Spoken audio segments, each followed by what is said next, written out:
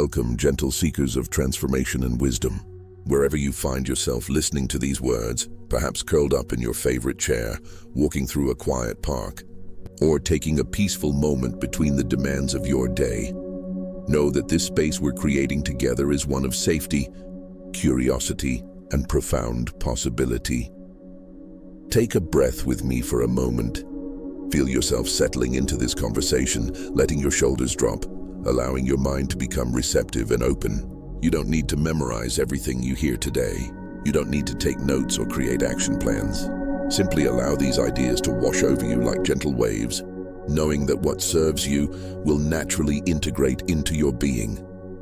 Today, we're going to explore one of the most fascinating intersections between the quantum realm and human creativity. A place where the laws of physics meet the psychology of creation, where the microscopic dance of particles mirrors the cosmic dance of dreams being born into reality. We're going to examine something that touches every creator, every dreamer, every soul who has ever felt the pull to bring something beautiful into the world. I'm curious, how are you feeling right now? Are you someone who has projects sitting in digital folders, ideas sketched in notebooks, dreams that feel perpetually almost ready? Take a moment to connect with that feeling.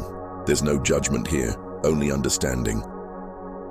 What we're about to explore together isn't just about productivity or time management. It's about something far more profound, the quantum mechanics of creation itself, and why the very thing we think protects our ideas, perfectionism, might actually be the force that ensures they never see the light of day. Here's what stops most people cold. What if the project you've been perfecting is the very thing that will never exist? What if there's something in the nature of reality itself that makes endless polishing a form of creative suicide? This question isn't meant to disturb you, but to awaken something deeper. Throughout history, the most revolutionary ideas, the most transformative art, the most world-changing innovations have shared one curious characteristic. They were released before their creators felt they were ready. They were born imperfect, vulnerable, gloriously incomplete. And that incompleteness was precisely what allowed them to evolve, adapt, and ultimately change the world. But why? What is it about the universe that seems to reward the brave leap over the careful step? What quantum principle governs the birth of ideas, and why does it seem to punish those who wait too long to act? The answer lies in a phenomenon that quantum physicists call decoherence. The moment when potential collapses into reality, when the infinite possibilities of the quantum field crystallize into the singular experience of existence. But here's where it gets fascinating. This same principle that governs subatomic particles also governs the birth of human creativity. In the quantum realm, particles exist in what's called superposition. They can be in multiple states simultaneously until the moment they're observed or interact with their environment. But here's the paradox. The very act of trying to perfectly measure or observe these particles destroys their quantum potential. The more precisely you try to pin down their position, the more you disturb their momentum. The more you try to control their state, the more you collapse their infinite possibilities into a single limited reality. Your creative projects exist in a similar superposition. Before you launch them, they hold infinite potential. They could touch millions of hearts, change industries, inspire movements. But the moment you begin the endless process of perfecting them, something strange happens. Like quantum particles under too much observation, your ideas begin to lose their life force. Every improvement, paradoxically, moves them further from their essential nature. Every revision kills a little more of their original spark. This isn't a metaphor. This is the actual physics of creation, operating at the scale of human consciousness. Think about the most powerful piece of art that ever moved you. Was it perfect? Or was there something raw, something slightly unfinished, something that felt alive and breathing about it? The greatest music has imperfections that make it human. The most beloved books have rough edges that make them memorable. The most successful businesses launched with products that their founders now cringe to remember. But those imperfect launches were precisely what allowed them to learn, adapt, and eventually dominate their fields. But here's what makes this even more mysterious. Why do the best ideas vanish just before launch, leaving only regret in their place? Why is there something in the human psyche that seems designed to sabotage our own creations at the moment they're ready to be born? We're going to explore this question not from the perspective of self-help or motivation, but from the cutting edge of quantum physics, neuroscience, and consciousness research. We're going to discover that perfectionism isn't just a personality quirk.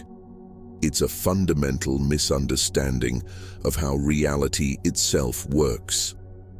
The universe operates on principles of controlled chaos, beneficial mutation, and evolutionary pressure. It rewards systems that can adapt quickly over those that try to achieve static perfection. From biological evolution to market dynamics, from artistic movements to technological breakthroughs, the pattern is always the same: launch early, adapt quickly, evolve constantly. But humans have developed a strange relationship with this natural law. We've created a cultural mythology around perfection that's actually anti-evolutionary, anti-quantum, and ultimately anti-life. We've convinced ourselves that holding back our creations until they're ready is wisdom, when in fact it might be the greatest tragedy of unrealized potential. Today, we're going to unpack this tragedy step by step.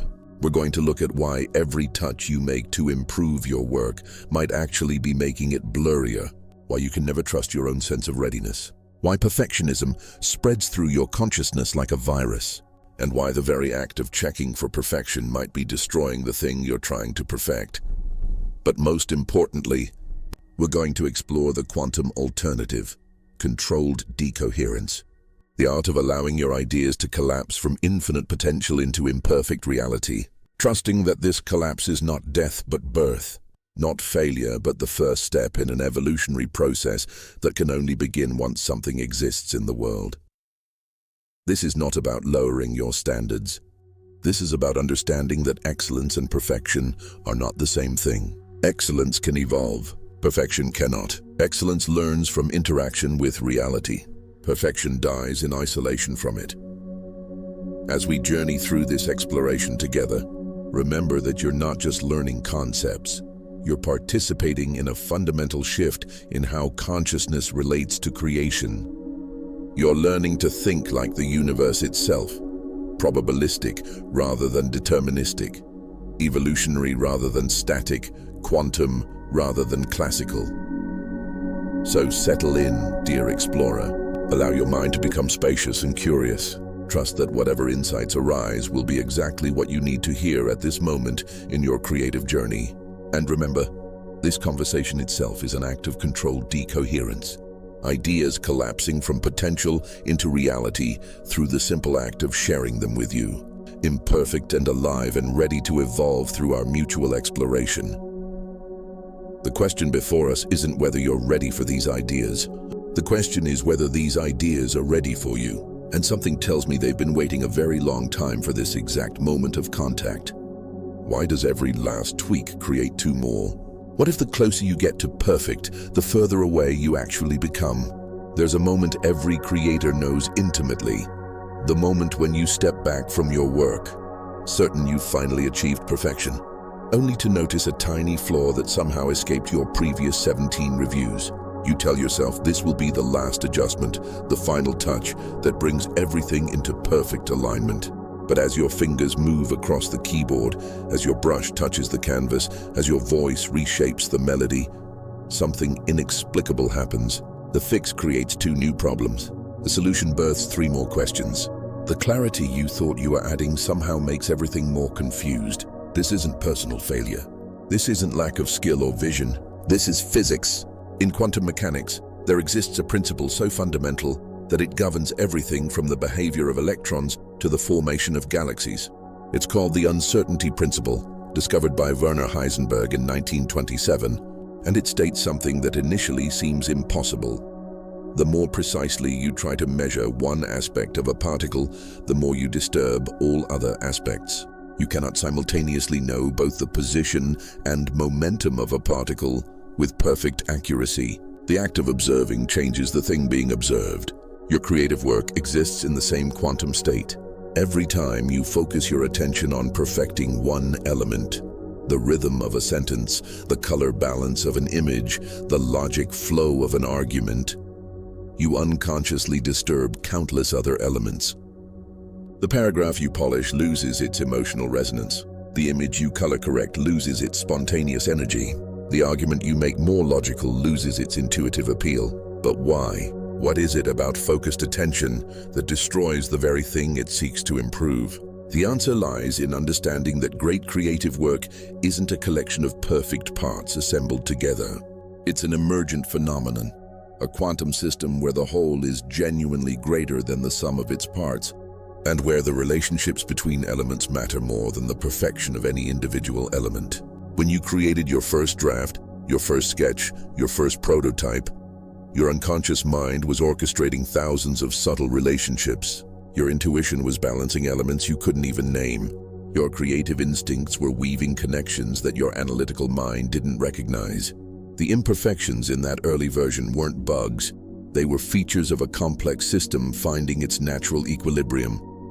But perfectionism operates on a fundamentally different principle. It assumes that creation is like engineering, that you can improve the whole by optimizing each part independently. It treats your work like a classical machine instead of a quantum system, and the moment you apply this mechanical thinking to an organic creation, you begin to kill it. Consider what happens in your brain during the creative process versus the perfectionist process. When you're in creative flow, your neural networks are firing in complex, unpredictable patterns. The default mode network, the brain's daydreaming system, is actively communicating with the executive control network and the salience network simultaneously. This creates what neuroscientists call cognitive flexibility, the ability to make novel connections between seemingly unrelated concepts.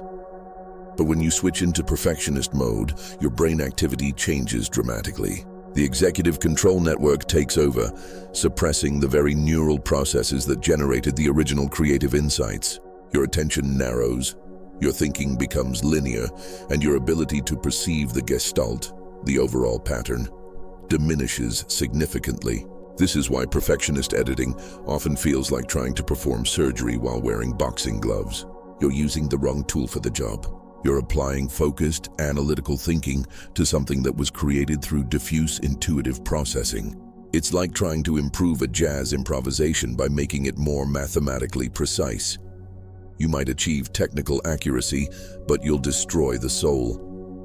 The tragedy deepens when you realize that this process is progressive and seemingly logical. Each individual change you make does improve something. The sentence does become more grammatically correct. The color does become more technically accurate. The logical flow does become more airtight. But with each improvement, the work loses a little more of its original life force, its organic coherence, its ability to surprise and move people. You're witnessing entropy in action, the second law of thermodynamics applied to creative work.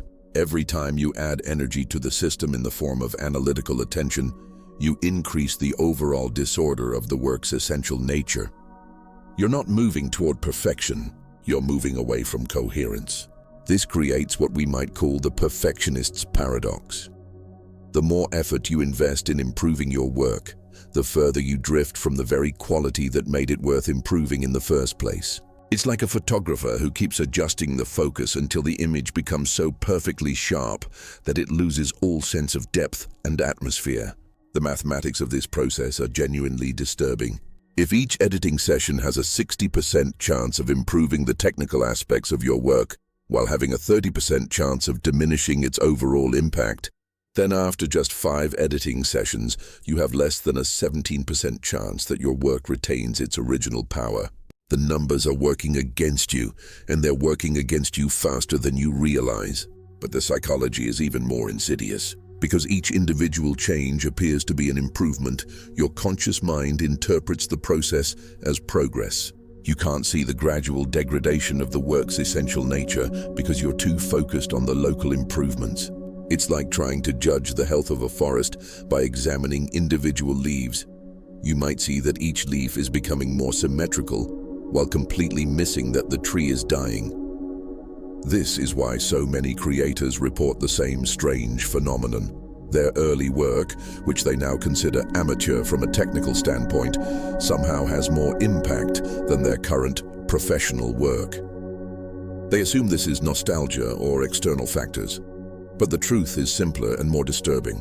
Their early work was more alive because it was less perfected. It retained the quantum coherence of its original creative state. The perfectionist process doesn't just change your work, it changes you as a creator. Each time you second-guess an intuitive choice and replace it with an analytical one, you train your brain to trust analysis over intuition. Each time you prioritize technical correctness over emotional resonance, you strengthen the neural pathways associated with left brain dominance and weaken those associated with creative insight. Over time, you literally rewire your creative process to produce work that's technically superior, but energetically dead. You become a more skilled technician and a less authentic creator. Your work becomes more correct and less true. This isn't simply about accepting imperfection for its own sake. This is about understanding that what you call imperfections might actually be the signature of authentic creative energy interacting with resistant materials. When a jazz musician plays a note slightly behind the beat, when a painter's brushstroke reveals more energy than precision, when a writer's sentence structure reflects spoken rather than written language, these aren't flaws to be corrected. They're evidence that a human consciousness has encountered reality and left traces of that encounter. The solution isn't to stop caring about quality. The solution is to understand that quality and perfection are not synonymous. Quality emerges from the coherent relationship between creator, creation, and audience. Perfection is the absence of any element that could be improved in isolation. These are not just different standards, they're opposite directions. Quality asks, does this work accomplish what it set out to accomplish? Does it move people in the intended direction? Does it create the experience it was designed to create? Perfection asks, can any element of this be technically improved? Are there any rough edges that could be smoothed? Is there any way this could be more correct? The first question leads to completion and impact. The second leads to infinite regress and paralysis. Next, we will explore who gets to decide when enough is enough and why you can never trust your own sense of readiness.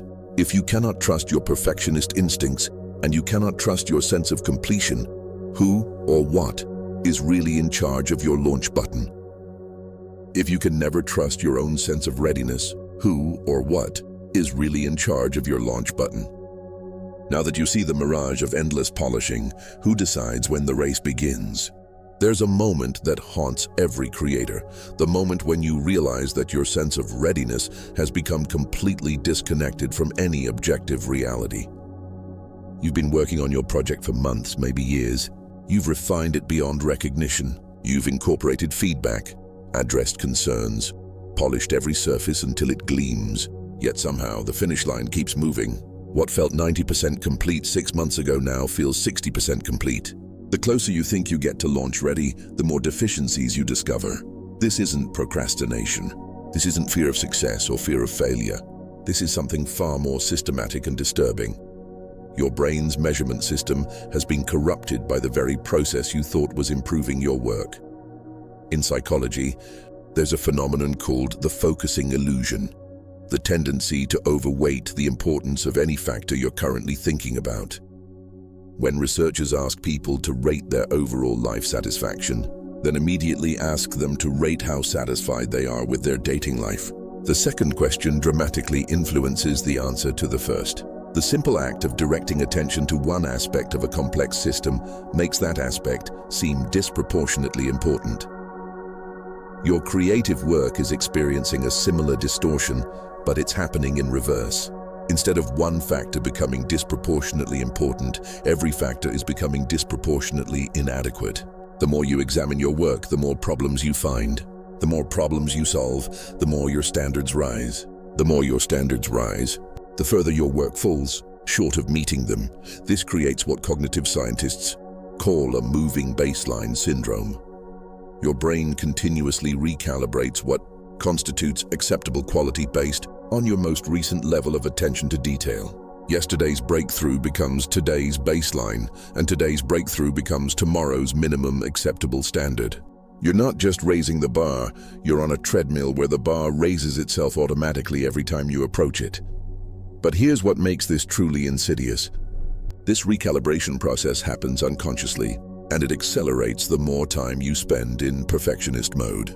Your brain interprets your increased attention to flaws as evidence that flaws are more important than you previously realized. It updates its quality assessment algorithms in real time, retroactively making your previous work seem inadequate. Neuroscientist Dr. Judson Brewer's research on the default mode network reveals something extraordinary about how our brains construct the sense of enough. When we're not actively focusing on something, our minds naturally engage in what's called metacognitive processing, thinking about thinking, evaluating our evaluations, judging our judgments. This system evolved to help us learn from experience and improve our decision-making over time. But when applied to creative work that's perpetually under revision, this system becomes pathological. It begins to treat every previous decision as potentially flawed, every previous standard as potentially insufficient. Your metacognitive processor, designed to help you learn and improve, instead becomes trapped in an infinite loop of second-guessing itself. The result is that your sense of launch readiness becomes completely untethered from any stable criteria. You're not measuring your work against the standards you had when you started. You're not even measuring it against the standards you had last month. You're measuring it against standards that are continuously evolving in response to your own increased attention to detail. This is why creators often report feeling like their work is getting worse the longer they spend on it. From a technical standpoint, their work probably is improving. But from the standpoint of their ever-escalating internal standards, it's falling further and further behind. They're running faster and faster on a treadmill that's accelerating faster than they can run. The mathematics of this process are genuinely disturbing. Research by psychologist Barry Schwartz on maximizing versus satisficing decision-making reveals that people who always seek the best possible option, maximizers, are systematically less happy with their choices than people who seek options that are good enough, satisficers. But more relevant to our discussion, maximizers take exponentially longer to make decisions as the number of options increases, and they become exponentially less confident in their final choices. Your creative work exists in a space of infinite options. Every word could be different. Every color could be adjusted. Every structural choice could be reconsidered. When you apply maximizing logic to this infinite option space, you create a decision-making process that literally cannot terminate. There will always be one more option to consider, one more improvement to make, one more standard to meet. But satisficing logic, the logic of good enough, seems to violate everything we believe about excellence and craft. How can we settle for good enough when we know we're capable of better? How can we launch something that could be improved when we have the time and ability to improve it? The answer lies in understanding what better actually means in the context of creative work that exists to serve an audience. Better is not an intrinsic property of your work. Better is a relationship between your work and the people it's designed to serve. A technically inferior piece of work that reaches and helps people is objectively better than a technically superior piece of work that never sees the light of day. Impact is the only meaningful measure of creative success, and impact requires exposure to the world. This seems obvious when stated explicitly, but it reveals something disturbing about the perfectionist mindset. Perfectionism optimizes for the wrong variable. It optimizes for your internal sense of technical adequacy rather than for external impact and value creation. It treats your work as an end in itself rather than as a means to serve others. But even more disturbing is the realization that your internal sense of technical adequacy is systematically unreliable. It's not just that you're optimizing for the wrong thing, you're optimizing for something that doesn't even exist in any stable form. Your quality standards are not fixed reference points. They're moving targets that accelerate away from you the faster you chase them. This raises a genuinely unsettling question. If your internal sense of readiness is unreliable, and if your quality standards are constantly inflating, and if your metacognitive systems are trapped in loops of self-doubt, then who or what should determine when your work is ready to launch? The answer most productivity experts give is to set external deadlines, to commit publicly to launch dates, to create accountability systems that override your internal resistance. But these solutions miss something crucial. They assume that your resistance to launching is irrational, when in fact it might be responding to real information that your conscious mind can't access. What if your sense of not ready isn't neurosis but intuition? What if there's some part of your creative intelligence that knows something your analytical mind doesn't? What if the feeling that your work isn't ready to launch is actually your unconscious protecting you from releasing something that truly isn't aligned with your deepest creative vision? This is where the quantum nature of creative readiness becomes apparent. In quantum mechanics, particles exist in superposition, multiple states simultaneously, until the moment of measurement collapses them into a single state. Your creative work exists in a similar superposition. It's simultaneously ready and not ready, complete and incomplete, successful and unsuccessful, until the moment of release collapses it into a single reality. But here's the crucial insight. You cannot determine from inside the quantum system which state will emerge upon measurement. The creator cannot objectively assess whether their work is ready because they exist inside the same quantum field as the work itself. They're too entangled with the system to measure it accurately. This is why external feedback often reveals aspects of your work that are completely invisible to you. It's why test audiences sometimes love the parts you consider weakest and criticize the parts you consider strongest. It's why the market response to your work is genuinely unpredictable, regardless of how much internal analysis you do. The only way to collapse your work's quantum superposition into a definite state is to release it into the world and observe how reality responds. Until that moment, all internal assessments of readiness are fundamentally speculative. You're trying to predict the outcome of a quantum measurement from inside the quantum system itself. This doesn't mean your creative instincts are worthless. It means they're designed for a different function than determining launch readiness. Your instincts are exquisitely calibrated for maintaining the creative process itself, for knowing when to push harder and when to step back, when to follow a thread and when to abandon it, when to trust the process and when to question it. But launch readiness is not a creative decision. It's a strategic decision that can only be made from outside the creative process. It requires stepping back from the quantum field of infinite possibilities and asking different questions. What will serve my audience? What will create the most value? What will generate the feedback I need to improve? If perfectionism is a mental virus, why does every improvement infect your confidence to finish? What if progress itself makes you sicker? Something sinister happens in the minds of creators who spend too long perfecting their work. They begin to lose not just the ability to finish their current project, but the ability to believe that anything they create will ever be finished. The perfectionist process doesn't just affect the work, it rewrites the creator's fundamental relationship with completion itself. This is not metaphorical. Current neuroscience research reveals that perfectionism operates exactly like a cognitive virus, spreading through neural networks, replicating itself in new contexts, and gradually taking over the host's entire creative operating system. Once infected, the brain begins to treat finished as a category error, good enough as a moral failure, and launch as an impossibility that exists only in some parallel universe where standards are lower. Dr. Brené Brown's research on perfectionism reveals something disturbing. Perfectionism is not about setting high standards or striving for excellence. It's about using achievement as protection against vulnerability, criticism, and shame. But this protective function creates a paradox that turns the immune system against itself. The more you use perfectionism to protect against criticism, the more sensitive you become to potential criticism. The more sensitive you become, the more protection you need. The more protection you need, the higher your standards become. This creates what psychologists call a sensitization process, the same mechanism that underlies addiction, trauma responses, and anxiety disorders. Each time you identify a flaw in your work and fix it, your brain learns that flaws are dangerous threats that require immediate attention.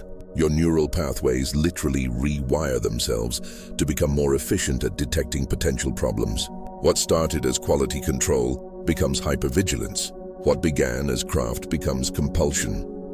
But the viral nature of this process becomes apparent when you realize that perfectionism doesn't stay confined to the project where it originated. Once your brain learns to scan for flaws with hypervigilant intensity, it applies this same scanning process to everything you create.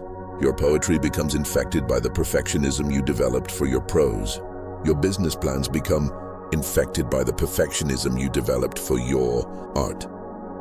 Your casual conversations become infected by the perfectionism you develop for your presentations. The virus spreads because perfectionism is not project-specific. It's a metacognitive strategy. It's a way of relating to your own mental output that, once activated, begins to colonize every area of creative activity. You don't just develop perfectionist standards for one piece of work. You develop perfectionist neural pathways that automatically engage whenever you create anything.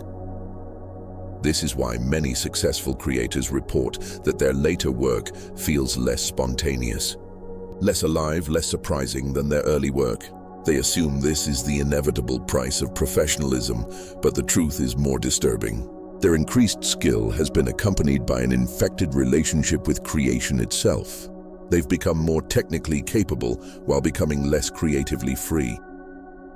The infection process follows a predictable pattern that researchers call cognitive load cascade. Initially, perfectionism requires conscious effort. You have to remind yourself to check for flaws, to maintain high standards, to consider all possible improvements. But as the neural pathways strengthen through repetition, this process becomes automatic. Your brain begins to scan for problems without conscious direction. Your attention becomes involuntarily drawn to potential inadequacies. At this stage, perfectionism stops being something you do and becomes something you are. It's no longer a strategy you employ. It's a perceptual filter that shapes how you see your own work. You lose the ability to look at your creations without immediately seeing what's wrong with them. The critical voice becomes so integrated into your creative process that you can no longer distinguish between discernment and self-sabotage. But the most insidious aspect of this virus is that it disguises itself as progress. Every flaw you identify feels like increased awareness. Every standard you raise feels like growth. Every additional hour you spend perfecting feels like dedication to your craft. The virus hijacks your sense of creative development, making you believe that increased critical capacity equals increased creative ability. This creates a devastating feedback loop. The more infected you become, the more you believe you're becoming better at your craft. The more you believe you're improving, the more you trust the perfectionist process. The more you trust the process, the more deeply it infects your creative consciousness. You become a willing host to your own creative destruction. Dr. Carol Dweck's research on growth mindset versus fixed mindset reveals another layer of this infection process. People with growth mindset believe that abilities can be developed through dedication and hard work. People with fixed mindset believe that abilities are static traits that can't be significantly developed. You might assume that perfectionism stems from fixed mindset, the belief that your work must be perfect because you can't improve it further. But the reality is more complex. Advanced perfectionism often emerges from a corrupted growth mindset, the belief that you should always be improving, that any work that could be better should be made better, that settling for good enough represents a failure to grow. The virus takes your genuine desire for development and weaponizes it against completion. This explains why perfectionism is particularly virulent among highly motivated, growth-oriented creators. The very people most committed to excellence become most vulnerable to the infection. Their strength becomes their weakness. Their dedication becomes their prison. The mathematics of viral replication apply directly to this process. Each time you identify and fix a flaw, you create two new opportunities for the virus to replicate. You train your brain to look more carefully for similar flaws, and you raise your standards for what constitutes acceptable quality. Both of these changes increase the likelihood that you'll find problems in future work, which creates more opportunities for the virus to activate and strengthen its neural pathways. Research by Dr. Tim Feichel on procrastination reveals that perfectionism and procrastination are not opposite problems but different expressions of the same underlying viral infection. Procrastinators avoid starting because they're infected with the belief that anything worth doing must be done perfectly. Perfectionists avoid finishing because they're infected with the belief that anything imperfect shouldn't be released. Both groups have been colonized by the same anti-completion virus that treats imperfection as existential threat rather than natural condition. Both groups have lost access to the psychological state that allows for good enough solutions, iterative improvement, and learning through real-world feedback. But perhaps the most disturbing aspect of this viral infection is how it spreads beyond individual creators to entire creative communities and industries. When perfectionist creators become teachers, mentors, or leaders, they inevitably transmit the infection to others. They model behaviors that treat endless revision as professional virtue. They set standards that prioritize technical perfection over authentic expression. They create environments where shipping becomes synonymous with settling. Entire creative fields can become infected with anti-completion viruses that make launching work feel like moral failure. Academic writing, fine art, software development, film production, all of these fields contain sub-communities where the ability to finish and release work has been pathologized as lack of rigor or insufficient commitment to craft. These infected communities develop sophisticated ideologies that rationalize their anti-completion behaviors. They create elaborate theories about why most work shouldn't be released, why audiences can't appreciate true quality, why the market rewards mediocrity over excellence. They build entire identity structures around being too principled to compromise their vision for the sake of mere completion. But underneath these ideological structures, the same viral mechanism is operating. The brain's threat detection system has been hijacked to treat completion as danger. The immune system designed to protect creative work has become an autoimmune disorder that attacks the work itself. The most tragic aspect of this infection is that it's entirely preventable and completely curable. The virus only thrives in isolation from real-world feedback.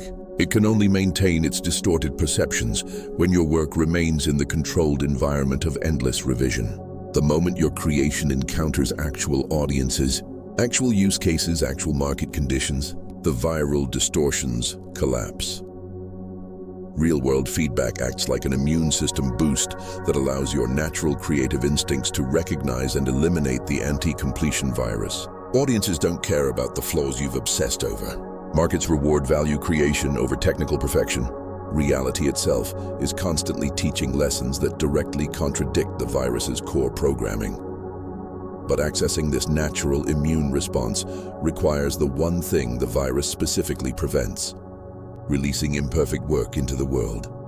What if observing your own work collapses its potential? Now that you've seen how the virus spreads, what if the act of checking for perfection is the very thing that destroys it? In the quantum realm, there exists a phenomenon so counterintuitive that it challenged the fundamental assumptions of physics for nearly a century. It's called the observer effect, and it states something that seems impossible. The very act of observing a quantum system changes the system being observed. Before observation, particles exist in superposition, multiple states simultaneously. The moment they're measured, this infinite potential collapses into a single, definite state. Your creative work exists in the same quantum superposition, and your perfectionist attention operates as a quantum observer, systematically collapsing infinite creative potential into limited, fixed realities. When you first conceive an idea, it exists in a state of pure potential. It could become anything. It could touch millions of people or change entire industries. It could express truths you've never articulated or solve problems you've never considered. In this initial state, your idea is genuinely infinite in its possibilities, not because it's perfect, but because it hasn't yet been collapsed into any particular form. But the moment you begin examining it with perfectionist attention, something profound and irreversible occurs. Your observation begins to collapse the superposition of possibilities. Each critical judgment you make eliminates entire branches of potential development. Each improvement you implement locks the work into increasingly narrow parameters. Each standard you apply reduces the space of what the work could become. This isn't metaphorical. Recent research in neuroscience reveals that different types of attention literally activate different neural networks and create different kinds of creative output. When you're in expansive, exploratory attention, what researchers call diffuse mode, Your brain makes novel connections across distant neural networks. Ideas emerge that couldn't be predicted or planned. Solutions appear that transcend the apparent limitations of the problem. But when you shift into analytical, critical attention, what researchers call focused mode, your brain narrows its activity to specific neural pathways. This focused attention is excellent for executing predetermined plans and optimizing known variables. But it's incapable of generating the kind of emergent insights that characterize breakthrough creative work. The tragedy occurs when you apply focused mode attention to work that was generated in diffuse mode. You're using a quantum measurement device designed for classical problems to observe a quantum creative system. The measurement process itself destroys the very phenomena you're trying to evaluate. Dr. Marcus Raichel's research on the default mode network reveals something extraordinary about how creative insights actually emerge. The brain's most innovative connections happen not when we're actively thinking about a problem, but when we're not thinking about anything in particular. The default mode network, active during rest, daydreaming, and unfocused states, is where the brain processes implicit patterns, makes distant associations, and generates genuinely novel combinations. But perfectionist attention deliberately suppresses default mode activity in favor of executive control. Every time you shift into critical evaluation of your work, you're literally turning off the neural networks responsible for the work's most innovative qualities. You're using a microscope to examine a rainbow. The closer you look, the more you destroy what you're trying to see. This creates what quantum physicists call decoherence, the process by which quantum systems lose their coherent superposition and collapse into classical, predictable behavior. Your creative work begins with quantum coherence, all possibilities existing simultaneously in dynamic relationship. But perfectionist observation introduces decoherence, forcing the work to collapse into whatever specific state your critical attention can perceive and evaluate. The mathematics of this process are genuinely disturbing. Research by Dr. Arne Dietrich on the neuroscience of creativity reveals that the brain states associated with creative insight and critical evaluation are not just different, they're mutually exclusive. You cannot be in both states simultaneously. Every moment spent in critical evaluation is a moment not spent in creative generation. Every observation you make is a creative opportunity you destroy. But the quantum nature of this process means that the damage isn't just additive, it's exponential. Each act of critical observation doesn't just prevent new creative insights, it actively collapses existing creative potential into fixed forms that become increasingly resistant to further evolution. Your work doesn't just stop growing, it crystallizes into structures that oppose growth. This explains why creators often report that their work feels most alive in its early stages and progressively deader as they improve it. They're witnessing quantum decoherence in real time. The living, breathing, infinitely potential early draft is being systematically collapsed into a fixed, finite, critically acceptable final draft. Technical quality may improve, but creative vitality dies. Dr. John Cunios's research using EEG and fMRI to study the moment of creative insight reveals something profound about the nature of creative solutions. Breakthrough insights emerge from what he calls remote semantic processing, the brain making connections between ideas that are very distantly related in semantic space. These insights appear suddenly, fully formed, and often feel like they came from outside the thinker's conscious control. But here's the crucial finding. These insights are extremely fragile. They can be destroyed by immediate critical evaluation. The neural networks that generate creative insights are easily disrupted by the activation of analytical processing. If you examine a creative insight too quickly or too intensely, you can literally make it disappear from consciousness before you can capture it. This fragility exists not just for individual insights, but for entire creative works. Every piece of creative work contains thousands of micro-insights, small intuitive choices about word selection, visual composition, structural relationships, emotional pacing. These micro-insights are what give work its sense of life, its feeling of organic coherence, its ability to surprise and move people. But perfectionist observation systematically destroys these micro-insights by subjecting them to analytical scrutiny they weren't designed to withstand. It's like trying to understand the beauty of a butterfly by analyzing its chemical composition. You end up with accurate data about a dead specimen, but you've destroyed the living phenomenon you were trying to comprehend. The quantum observer effect explains why external feedback often reveals qualities in your work that are completely invisible to you as the creator. External observers exist outside your quantum system. They can perceive the coherent superposition of your work's possibilities because they haven't collapsed it through intensive critical observation. They can see the forest because they haven't been studying individual trees. This is why test audiences sometimes respond powerfully to rough cuts that directors consider embarrassingly unfinished. Why early readers often prefer first drafts to final manuscripts. Why focus groups sometimes choose prototypes over polished products. External observers are perceiving quantum creative coherence that the creators have inadvertently destroyed through over-observation. But perhaps the most disturbing implication of creative quantum decoherence is that it's irreversible within a given creative project. Once you've collapsed a work's superposition through intensive critical observation, you cannot restore its quantum coherence by returning to a previous draft or undoing specific changes. The measurement has been made. The wave function has collapsed. The creative potential that existed before observation is gone forever. This doesn't mean the work is ruined or worthless.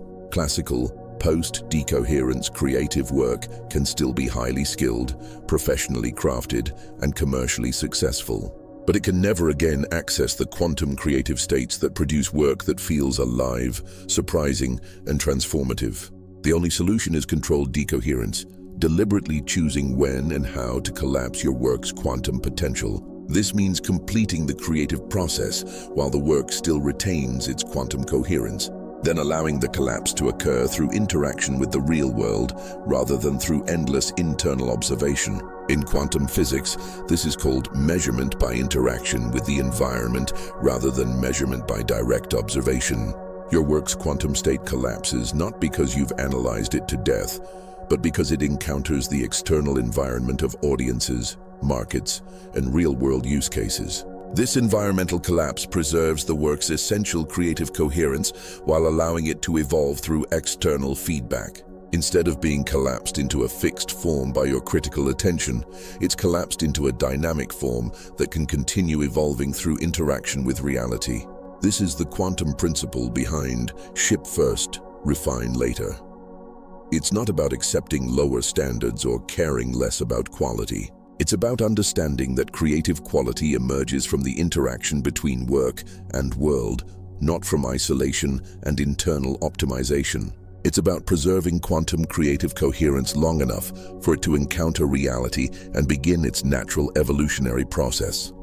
The choice isn't between perfect work and imperfect work. The choice is between dead work and living work. And living work can only remain alive if it escapes the laboratory of your critical attention before quantum decoherence kills it.